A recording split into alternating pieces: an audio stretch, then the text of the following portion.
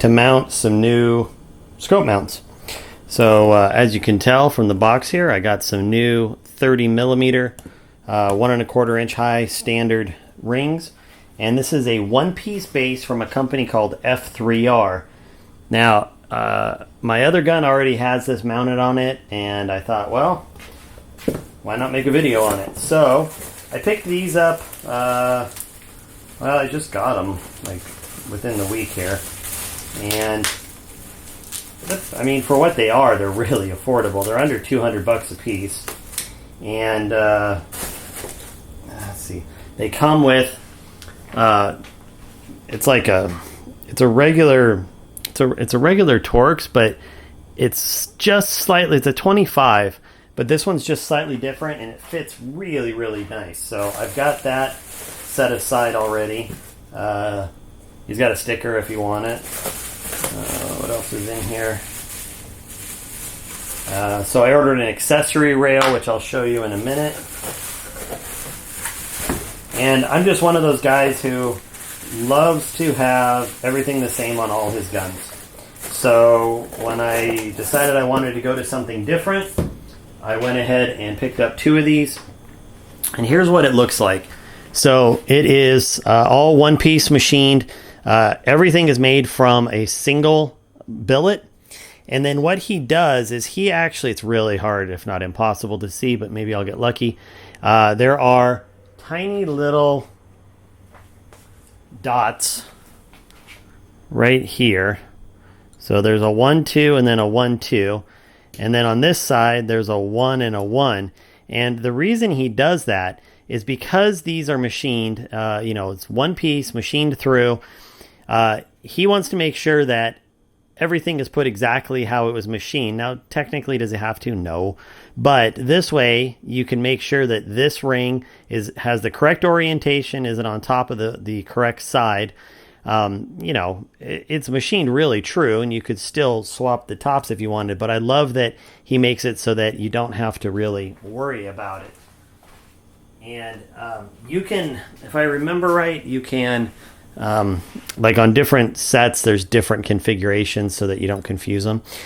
He makes quite a few different configurations, 30, 1 inch, 30, and 34. I don't remember what else he does. I'm sorry. And then he also stamps them. So it's kind of nice in case you forget or you need to order another one down the line. Like this one says 30 millimeter, 1.25, 0 MOA, 0 mil. And then if you were to buy one that had anything different than that, it would obviously be stamped. But that way you can order the exact same thing again. Or, let's say down the line you get something different. You know exactly what you had on your gun to begin with. Weight-wise, these aren't bad. I think they weigh in right around 8 ounces, maybe just a hair over. And so he also includes a cheat sheet. So this is... all the torque specifications, and I just fold this up and I keep it in my not that I necessarily have to, but I just keep it right inside my little thing here, and that way if I ever have a question, at least I know. And so let's get this one mounted up here.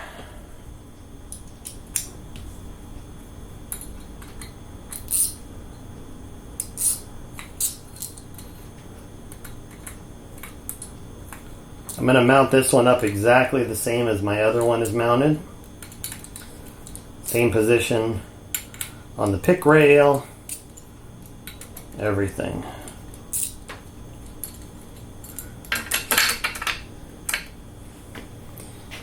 And we're just going to hand tighten this for now. So he says to go through, hand tighten,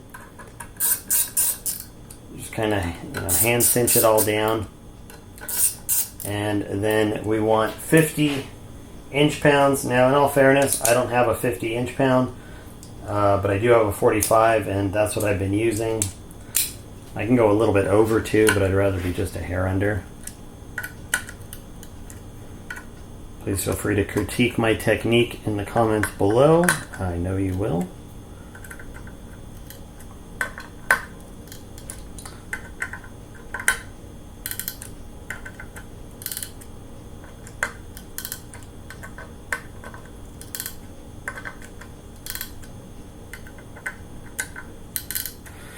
All right.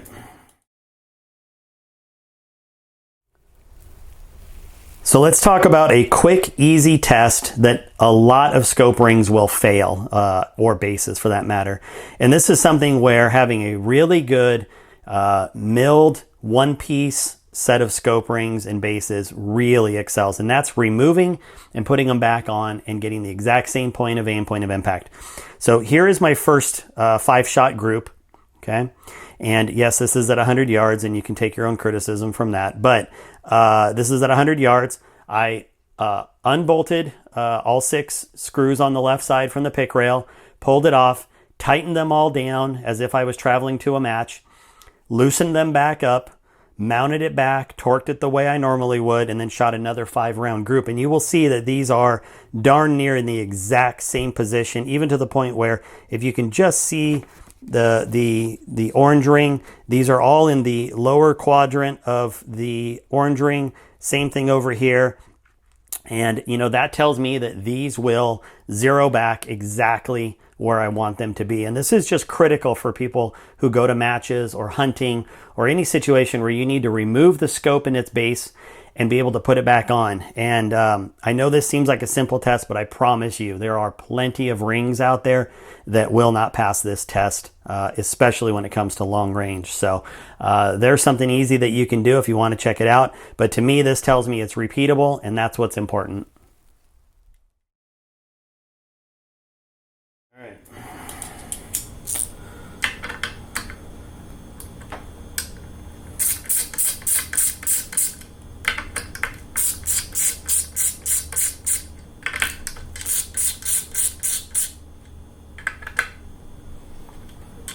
Something that's interesting, and I've noticed it on my other one, compared to a lot of scope rings where when you loosen one side, this side automatically loosens up. It's not like that. I mean, I literally have to break free all 6 screws if I pull or need to, if I'm making any kind of adjustment or anything.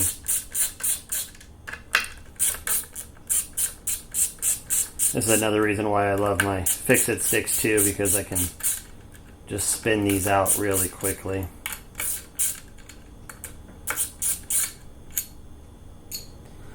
Now, if I needed to, obviously I could look and reorient these, but I know which way they came off today, so I'm not going to worry about it too much.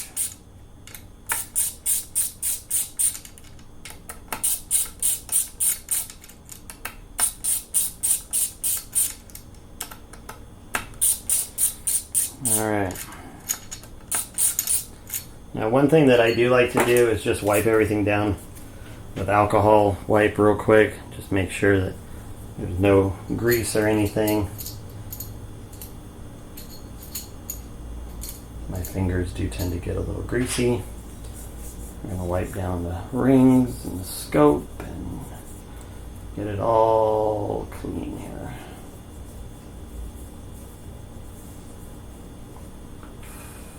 All right.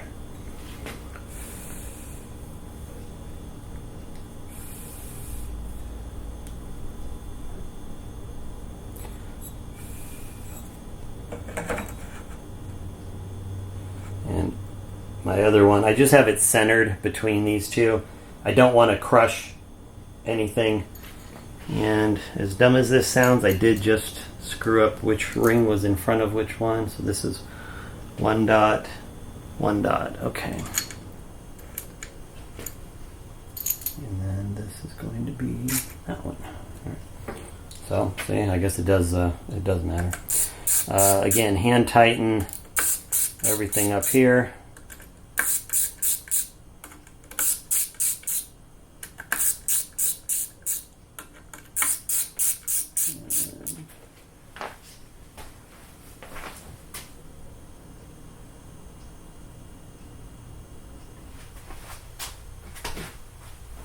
Had to turn off an alarm that was about to go off. I found on my other one that I did, it's also, for whatever reason, these are really easy to keep level on both sides when you're getting these cinched down. And I think these cost me about $100 and $98. It was like $230 because I bought the accessory rail. It was like $230 or something shipped. So for what it is, that's a hell of a deal.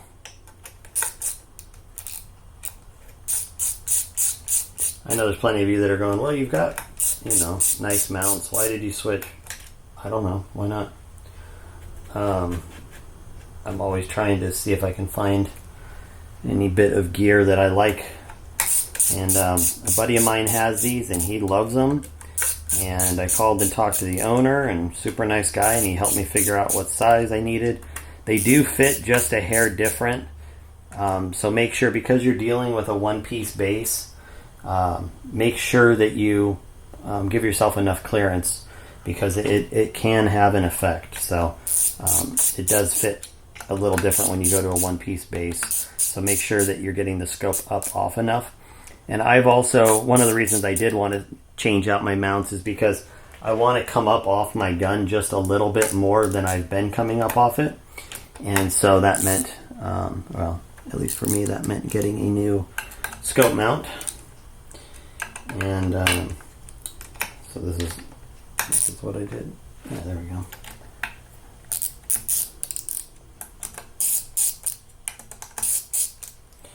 All right, and let's go to 15 here.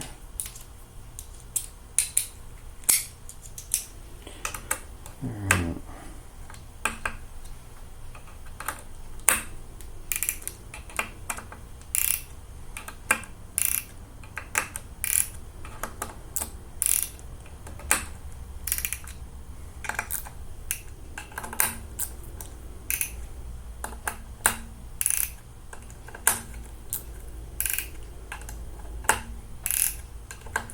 And I always like going back over them one more time.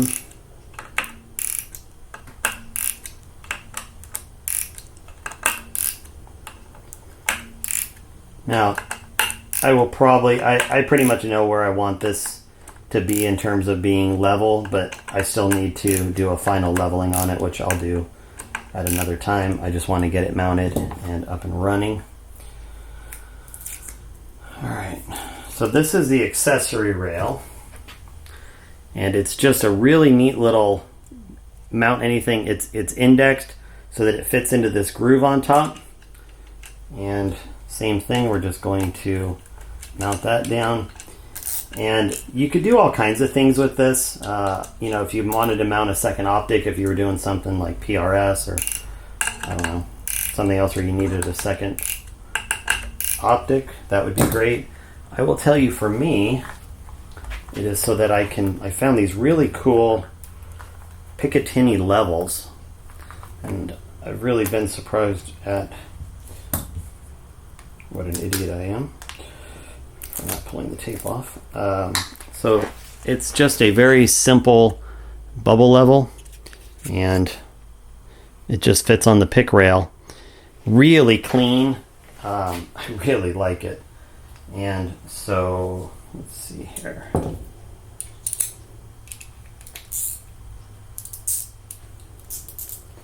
And again, it's mounted exactly the same as my other ones,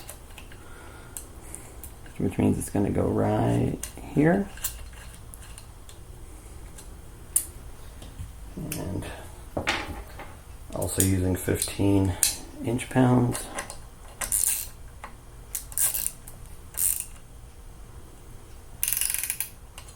There we go. I'll just need to go do a little zeroing, which won't take me more than a few shots. We'll be back on a 0. Get everything reset, since this scope mount is just a hair higher than my old one. And I don't know. I'll figure something out for these little containers, but I do like these. It was like $30, something like that. I'll put a link in the description below. But otherwise, there you go. So that is the F3R mount. Lots of options to choose from. I'll put a link to that in the description below. But to me, totally worth the money. I was really happy with it. And one of the things I really liked was having the ability to put this accessory rail and do whatever I wanted with it. For me, I just really liked how this all fit together. So, there you go. Hope you guys enjoy. Talk to you guys later. Have a good one.